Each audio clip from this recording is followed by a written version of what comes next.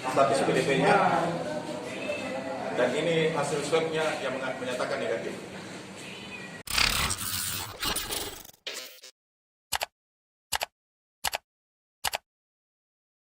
Jadi saya bilang, jaga umimu di dalam sini nak.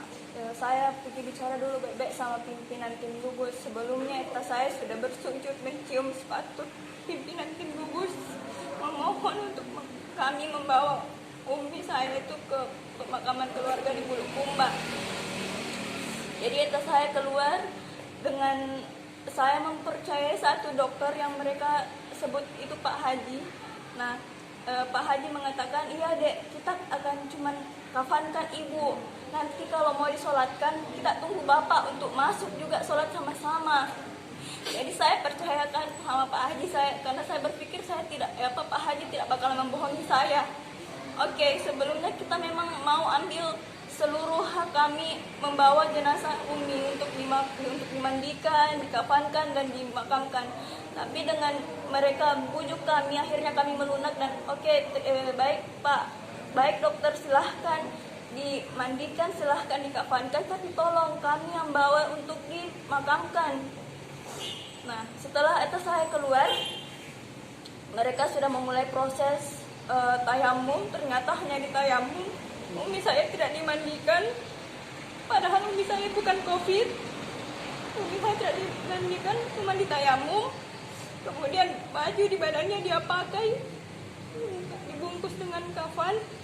Setelah itu mereka bungkus lagi dengan plastik. Betapa hancur hati saya melihat itu. Umi saya bukan COVID. Dan setelah itu mereka mau masukkan ke dalam peti. Nah, kita sebagai orang Islam ya, kita tidak memakai peti untuk dikuburkan ibu bapak. Nah, saya menolak untuk umi saya dimasukkan ke dalam peti, tolong masukkan ke keranda. Nah, mereka menolak itu. Ada satu orang tim gugus sudah menarik tangan saya dengan keras. Saya pun bersikeras memegang peti agar supaya peti itu tidak dimasuki oleh jenazah umi saya. Tapi apalah daya saya, satu lawan banyak ya waktu itu. Akhirnya jenazah umi saya berhasil masuk ke dalam peti. Dan saya memohon supaya jangan dulu disolatkan, tunggu saya kembali dari luar pembicaraan. Mereka tetap membawa umi saya mengangkat peti ke atas meja yang beroda, dan saya diseret jauh dari peti. Dan saya lihat peti umi saya sudah dipalu-palu, ditutup. Padahal umi saya agama Islam, kita nggak memakai peti untuk dikuburkan.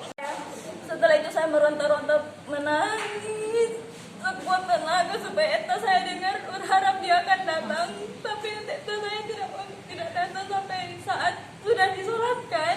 Mereka membohongi kami dan mengambil jenazah umi saya.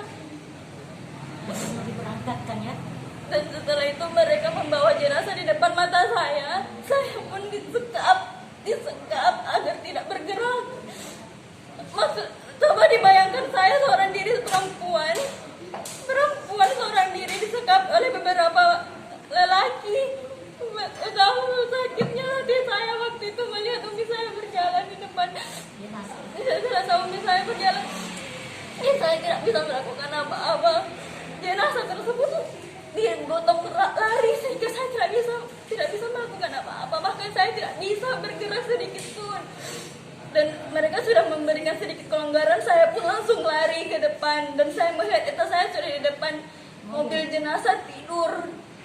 Dan saya pun baru mengerti ternyata tadi itu bukan pembicaraan yang baik, tapi salah satu teknis buat mereka menyekap saya supaya saya tidak ada teman di dalam.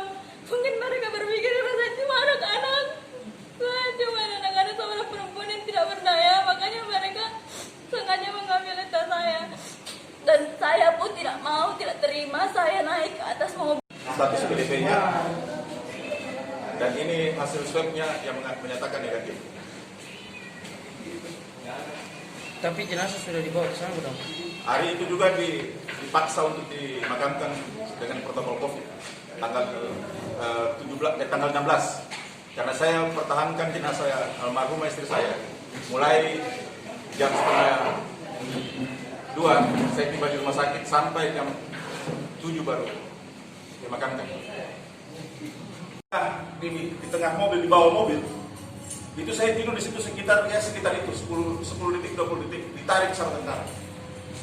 Ditarik. Anak saya yang dia peluk almarhumah istri saya, itu ditarik, diseret sama petugas Covid.